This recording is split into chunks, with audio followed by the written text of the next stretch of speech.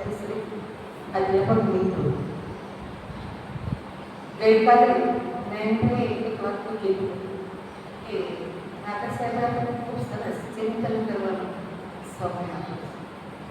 હું ગઈકાલથી રાત્રે મને મેસેજ આવ્યો કે મેડમ રિમાઇન્ડર તો મને વિચાર આવ્યો કે અધ્યાપક ભૂલનું તો ખરું છે, કારણ મેં દેખ્યું કીધું અને એક સરસ શબ્દ મૂક્યો ધીરે.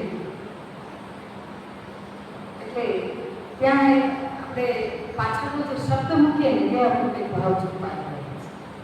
બધું જ ખૂબ સરસ રીતે વિચારીને આવી હતી, પણ જ્યારે આપણે પ્રાર્થના બોલતા ઇતની શક્તિ અમે દે હતા અંતરા વિશ્વાસ કમજોર હો.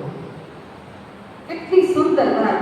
આખી પ્રાર્થના બોલતા બોલતા મેં એક જ વિચાર કર્યો કે કશું જ સમજવાની કે કશું જ બોલવાની જરૂર નથી, કારણ કે પ્રાર્થના જ આપણી ગીતાના 18 અધ્યાય સમજાવે છે. પહેલા જ ઇતની શક્તિ અમે દેના.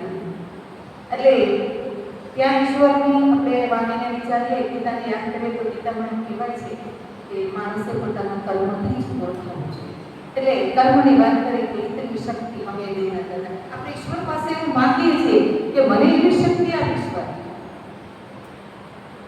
કે હું ખોટા રસ્તે જતો. એનો પહેલો અંતર છે દૂર અજ્ઞાન કે બંધ. કેટલું સુંદર અંતર છે. એની અંદર પણ ભગવાન પાસે આપણે એવું જ માંગીએ છીએ કે મારા જીવનમાંથી અંધકાર દૂર અને હું સત્યનો માર્ગ ઉપર ચાલી શકું.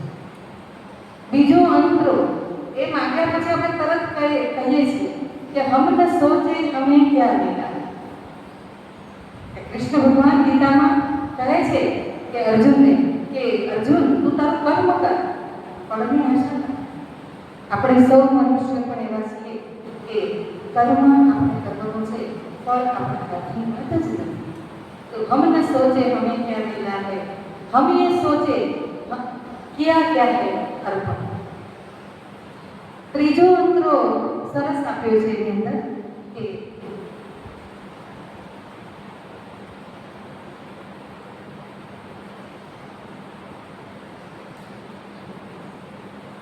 હર તરફ જુલ્મ હે બેબસી. આપણે ક્યારેક બધા અર્જુન પણ કંઈક આવું જ વિચારે કે આ યુદ્ધ ચાલુ એટલા માટે થયું. તો એમાં અર્જુને વિચારે કૃષ્ણને કીધું કે હે માધવ, હું મારા સામે ઉભેલાને કેવી રીતે મારી શકું. અને આ તો ત્યારે કૃષ્ણ પણ ગીતામાં આ વસ્તુ પણ કહે છે કે હર તરફ જુલ્મ હે બેબસી હે. તું તો એક મોહરો છે.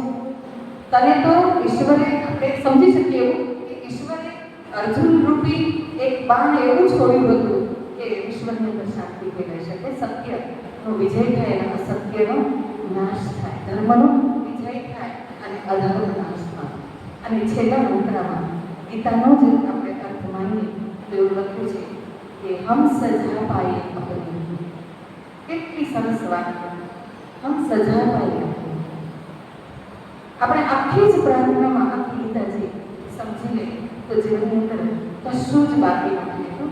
અને હમણાં જ આપણો અધ્યાપકનો સ્વભાવ એમ ગમે તેટલું વાંચે, ગમે તેટલું કરીએ તો પણ આપણે હજુ કંઈક વાંચી લો, હજુ કંઈક વાંચી લો એમ કરીને મેં મોબાઈલ ખોલ્યો તો એક સરસ મજાનું કોટેશન હતું. કોટેશન કહેતા પહેલા હું એક વાત કહીશ કે મનુષ્ય અને સુવર, સોનું આપણને એક સરખા છે. મનુષ્યને જેમ આપણે વિચારો રૂપે, જ્ઞાન રૂપે આપણે બીજ વાવતા જઈએ, આપણા વિચારોને શુદ્ધ કરતા જઈએ, એવી જ રીતે અને એવા સુંદર વિચારો રૂપે આપણે આપણા જીવનમાં પરિણામો પહેરતા જઈએ, એમ આપણું જીવન છે એ ઉત્કૃષ્ટ બનતું જાય છે, વિનમ્ર બનતું જાય છે, શાંત બનતું જાય છે.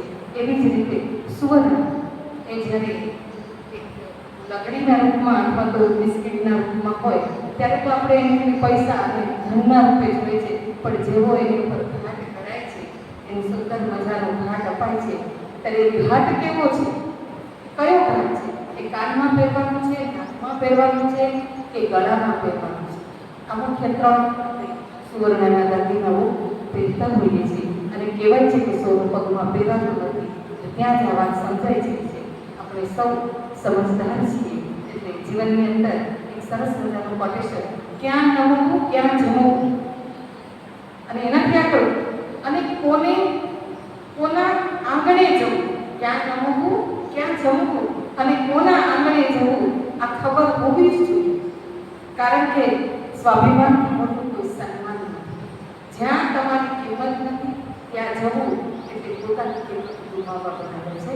એટલે આપણે સૌ ચિંતનરૂપી આ યાત્રાના સૌભાગી થયા છે. તો ખરેખર ખૂબ મજા આવી.